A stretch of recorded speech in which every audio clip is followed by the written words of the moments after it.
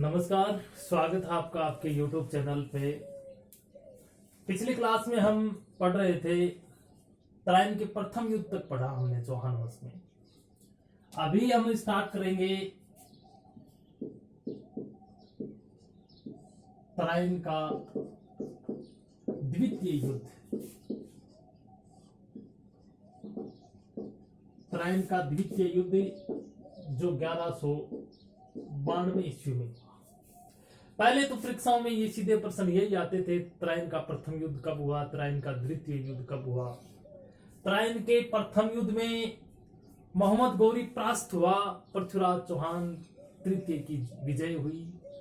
तराइन का जो द्वितीय युद्ध होता है ये भी मोहम्मद गौरी किस किस के बीच में होता है, मोहम्मद गौरी और पृथ्वीराज चौहान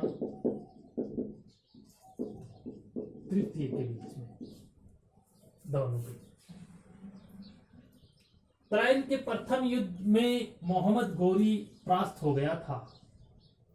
मोहम्मद गौरी अपनी हार, अपमानजनक हार को सहन नहीं कर पाया और मोहम्मद गौरी लगातार 1 साल तक अपनी सेना संगठित करने, युद्ध की रणनीति बनाने में ही लगा रहा। पृथ्वीराज चौहान ये भी जानता था कि राजस्थान के राजपूत शासक आमने सामने के युद्ध में परास्त नहीं होंगे। यदि राजस्थान के राजपूत राजाओं को यदि पृथ्वीराज चौहान एक महान योद्धा है, महान लड़ाकू है, वीर है, इसको परास्त करना है तो कोई न कोई षड्यंत्र रचना पड़ेगा। बिना षड्यंत्र के हम पृथ्वीराज चौहान को परास्त नहीं कर सकते। मोहम्मद गौरी जिसकी राजधानी गजनी थी, काबुल में, गजनी से ही और मोहम्मद गौरी ने पृथ्वीराज चौहान के पास में एक संदेश, समाचार भेजा कि पृथ्वीराज चौहान या तो इस्लाम धर्म ग्रहण कर ले या मेरी अधीनता स्वीकार कर ले। पृथ्वीराज चौहान तृतीय में इसके प्रत्युत्तर में, जवाब में पृथ्वीराज चौहान ने समाचार भेजा कि आपको अपने देश में चले जाना चाहिए वापस, अन्यथा अपन दोनों की भेंट रणभूमि में होगी। कि आपको अपने स्वदेश वापस लौट जाना चाहिए, अन्यथा हमारी मुलाकात रणभूमि में होगी।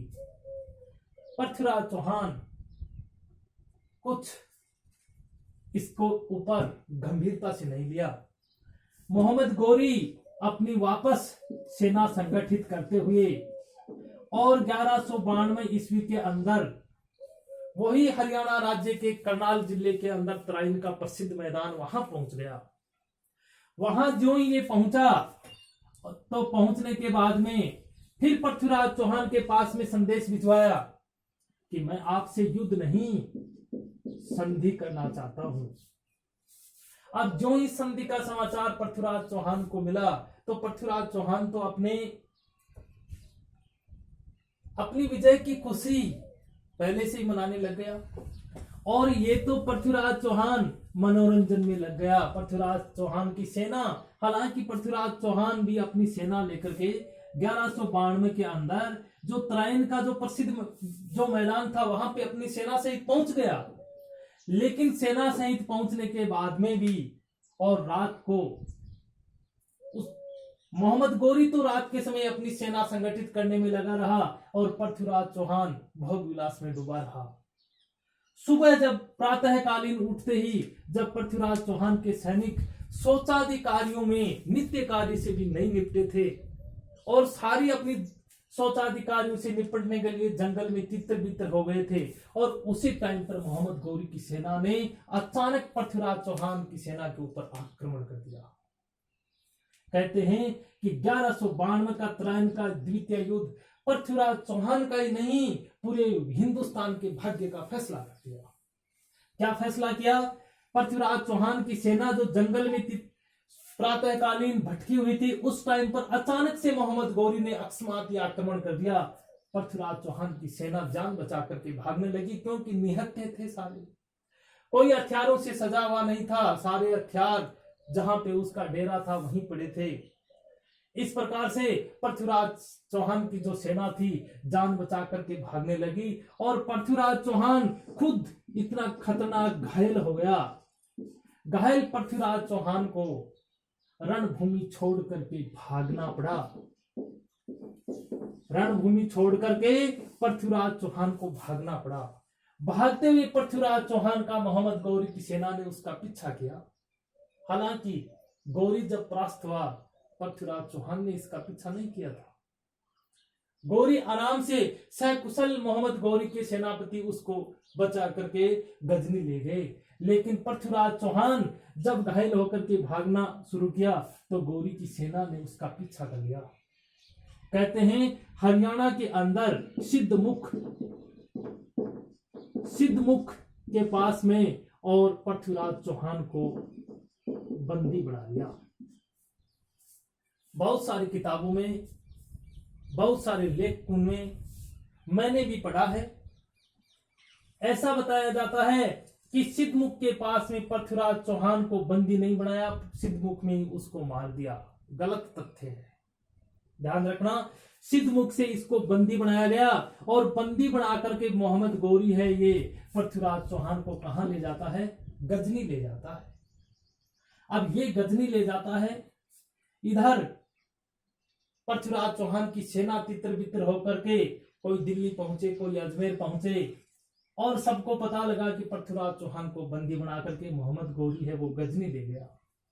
अब गजनी तक मोहम्मद गौरी के पीछे कोई नहीं जाता है। ध्यान से सुनना, बहुत अच्छा प्रसंग है, ऐतिहासिक दास्तान है। अब ये मोहम्मद गौरी जब इसको गजनी ले गया और पृथ्वीराज चौहान को मोहम्मद गौरी के सामने पेश किया गया, मोहम्मद गौरी ने पृथ्वीराज चौहान को अपनी नजरें नीची झुकाने के लिए कहा। पृथ्वीराज चौहान अपनी निगाहों को नीचे नहीं झुकाया। कहते हैं मोहम्मद गौरी ने पृथ्वीराज चौहान की दोनों आंखें फुड़वा दी। अब पृथ्वीराज चौहान बिल्कुल अंधा हो गया। पृथ्वीराज चौहान को अलग बंदी बाड़े में उसको कैद कर दिया। पृथ्वीराज चौहान बाड़े में कैद था। अब पृथ्वीराज चौहान, ध्यान रखना, पृथ्वीराज चौहान का बचपन का साथी, उसका मित्र, उसका दरबारी कवि, उसका बचपन का साथी भी, मित्र भी था, उसके दरबार में भी रहता था, प्रसिद्ध इतिहासकार जिसका नाम पृथ्वी भट्ट। क्या नाम था? पृथ्वी भट्ट। देखो ये पृथ्वीराज चौहान, इसका नाम था पृथ्वी भट्ट। कहते हैं पृथ्वीराज चौहान का जन्म और पृथ्वी भट्ट का जन्म, दोनों का जन्म ही एक ही दिन हुआ और आगे चल करके दोनों की मृत्यु भी एक ही दिन होती है। मैं बताऊंगा ये पृथ्वी भट्ट कौन है, जो इतिहास में चंद्रवरदाई के नाम से प्रसिद्ध है, जिसका मूल नाम पृथ्वी भट्ट था। बहुत सारे छात्रों को ये पता नहीं है, ये नाम याद रखना बहुत जरूरी है। पृथ्वी भट्ट, चंद्रवरदाई को पता लगा। चंद्रवरदाई कहते हैं कि एक फकीर के वेश के अंदर पहुंच जाता है। कहां? मोहम्मद गौरी के पास में पहुंचता है। मोहम्मद गौरी के पास में जाकर के चंद्रवरदाई ने मोहम्मद गौरी के साथ में याचना करता है। क्या याचना करता है? पृथ्वीराज चौहान से मिलाने की, कि भाई मेरे को कम से कम पृथ्वीराज चौहान से मिला दीजिए। मोहम्मद गौरी ने पहले तो उसको नहीं मिलने दिया, लेकिन फिर मिलने की अनुमति दे दी। चंद्रवरदाई पृथ्वीराज चौहान से मिला। मिलकर के चंद्रवरदाई ने पृथ्वीराज चौहान को पूरी बात बताई, चौहान को अंधा कर दिया, लेकिन ये अपने मित्र की आवाज से पहचान गया कि ये तो मेरा मित्र है। चंद्रवरदाई ने कहा कि मैं मोहम्मद गौरी को मारने का कोई षड्यंत्र रच रहा हूं। चौहान ने कहा ठीक है। अब चंद्रवरदाई है वही मोहम्मद गौरी के पास में जाकर के याचना करता है। मोहम्मद गौरी को कहता है कि आप पृथ्वीराज चौहान की आंखें फोड़ दी, पृथ्वीराज चौहान को मृत्युदंड मत देना, क्योंकि पृथ्वीराज चौहान है ये बहुत बड़ा धनुर्धारी है, महान धनुर्धारी है, आवाज के ऊपर तीर चलाने वाला है। उसकी आंखें बांध दो, आवाज के ऊपर तीर चला देता है। अर्थात शब्द भेदी बाण, शब्द भेदी बाण जिसको कहते हैं कि शब्द भेदी बाण चलाने में माहिर है, आप इसको मृत्युदंड मत दीजिए। गौरी को चंद्रवरदाई ने कहा कि इसके शब्द भेदी बाण चलाने का आप एक बार देखिए, आप इसकी परीक्षा लीजिए कि शब्द भेदी बाण कैसे चलाता है। मोहम्मद गौरी ने एक बार तो मना कर दिया कि भाई कोई जरूरत नहीं है, लेकिन फिर चंद्रवरदाई ने गौरी को तैयार कर लिया कि आप उसके शब्द भेदी बाण चलाने की उसकी परीक्षा लीजिए और उसके बाद में उसको आप धनुर्धारी के तौर पर और उसको जीवन दान दीजिए। अब मोहम्मद गौरी ने उसको कह दिया कि ठीक है, उसके शब्द भेदी बाण चलाने की परीक्षा ली जाएगी कि वास्तव में वो एक ऐसा धनुर्धारी है, तो उसको मृत्युदंड नहीं दिया जाएगा। मोहम्मद गौरी ने क्या किया, दरबार लगाया। इस प्रकार से दरबार लगाया और पृथ्वीराज चौहान को दरबार में लाने के लिए चंद्रवरदाई को कहा। चंद्रवरदाई उस दरबार के अंदर और सामने यहां पास में तो खड़ा है चंद्रवरदाई और पास में पृथ्वीराज चौहान को बिठाया गया, पीठ दे करके बिठाया गया। यहाँ पे बैठा था गौरी ऊपर ही ऊपर, सबसे ऊपर ही ऊपर, झरोके में ऊपर, आसन के ऊपर मोहम्मद गौरी बैठा है। नीचे दोनों तरफ जितने भी राजा रजवाड़े, जितने भी सैनिक थे, वो सारी उसकी परीक्षा लेने वाले, उसके शब्द भेदी बाण का नाटक देखने के लिए यहाँ पे उपस्थित है। इधर से यहाँ पृथ्वीराज चौहान को उल्टे मुंह बिठा दिया, उसका इधर पीठ दिखा दी और उल्टे मुंह करके बिठा दिया। गौरी ने पृथ्वीराज चौहान को एक टारगेट दे दिया कि चलो ठीक है, ये शब्द भेदी बाण ही चलाता है, तो अपने महल के पीछे एक बहुत बड़ा एक तवा लटका दिया कि अपने महल के पीछे एक पेड़ के तवा लटका हुआ है, उसके ऊपर घंटा बजाया जाएगा और उसकी आवाज होगी और यहां से पृथ्वीराज चौहान तीर चलाए, वो उस घंटे पे लगना चाहिए। असंभव टारगेट दिया।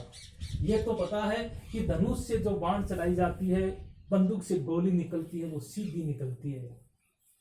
ये नहीं कि बीच में सीढ़ियां आ गई तो सीढ़ियों से चल करके चले जाए या मुड़ करके चले जाए, ऐसा नहीं हो सकता। और मोहम्मद गौरी ने, ये जो मैं पूरी बात बता रहा हूं आपको, स्रोत बता रहा हूं, ग्रंथ पृथ्वीराज रासो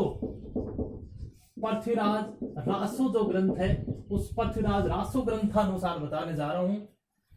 उसको असंभव सा ऐसा टारगेट दे दिया कि चौहान का वहां तक तीर नहीं पहुंचे। इधर से ऊपर मोहम्मद गौरी बैठा है, पास में फकीर के वेश में चंद्रवरदाई खड़ा है पृथ्वीराज चौहान के।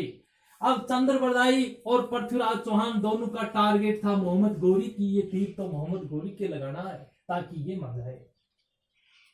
अब पृथ्वीराज चौहान तो आंखों से अंधा, उसको तो पता ही नहीं कि मोहम्मद गौरी कौन सी दिशा में बैठा है, कितना ऊपर है, कितना ऊंचे है, कौन सी दिशा में है, यहां से कितनी दूरी पर है।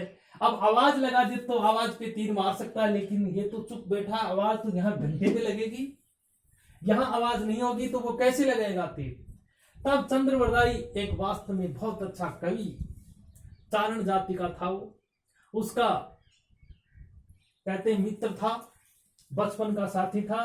उसने चंद्रवरदाई ने और अपनी योग्यता का परिचय देते हुए चंद्रवरदाई ने चौहान से लेकर के गौरी तक की जितनी ऊंचाई, जितनी दूरी थी, उस दूरी को अपनी आंखों से, अपनी नजरों से तौल करके, अपने शब्दों से बांध करके और उसको टारगेट बता दिया।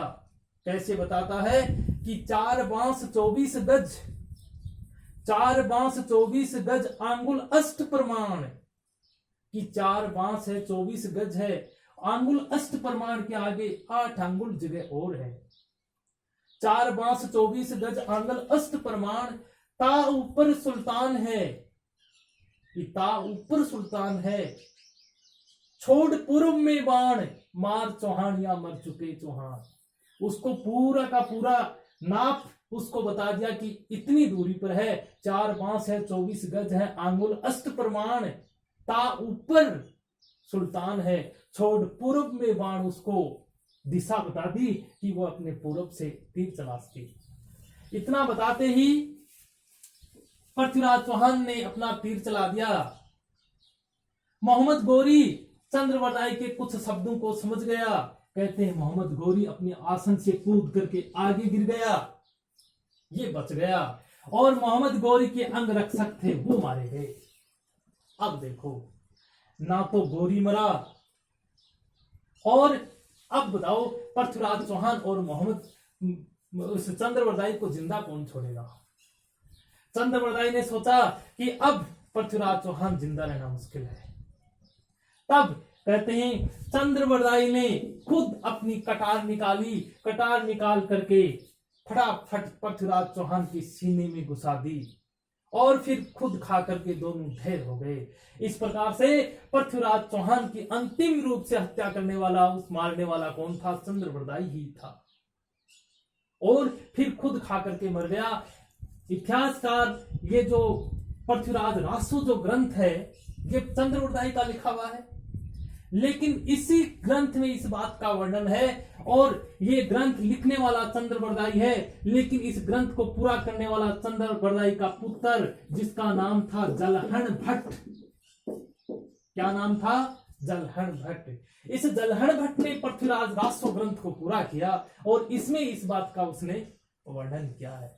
इस प्रकार से चंद्रबरदाई और पृथ्वीराज चौहान दोनों का जन्म ही कहते हैं एक ही दिन हुआ, और दोनों की मृत्यु भी एक ही दिन हुई।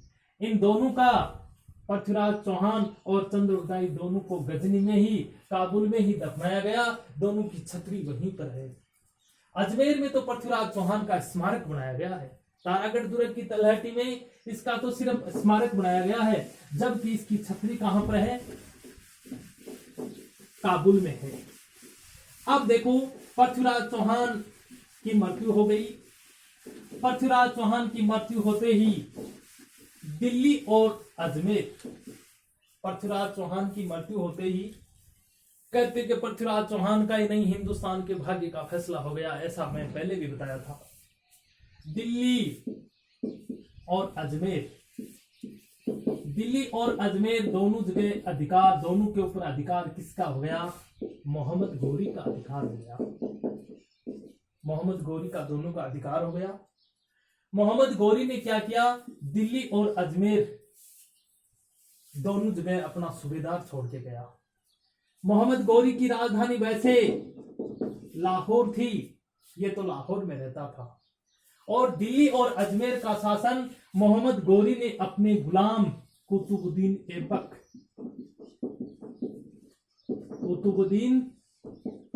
को सौंप दिया। यही कुतुबुद्दीन ऐबक जो गुलाम वंश का संस्थापक है, भारत में मुस्लिम सत्ता का संस्थापक भी यही है। कुतुबुद्दीन ऐबक इनका सूबेदार बनकर के दिल्ली और अजमेर में शासन किया। कुतुबुद्दीन ऐबक ने अपनी राजधानी लाहौर ही रखी, इनको राजधानी नहीं बनाया।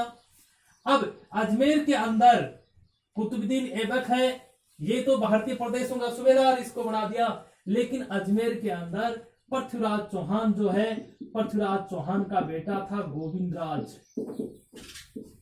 एक पृथ्वीराज का छोटा भाई था हरिराज नाम के दो थे।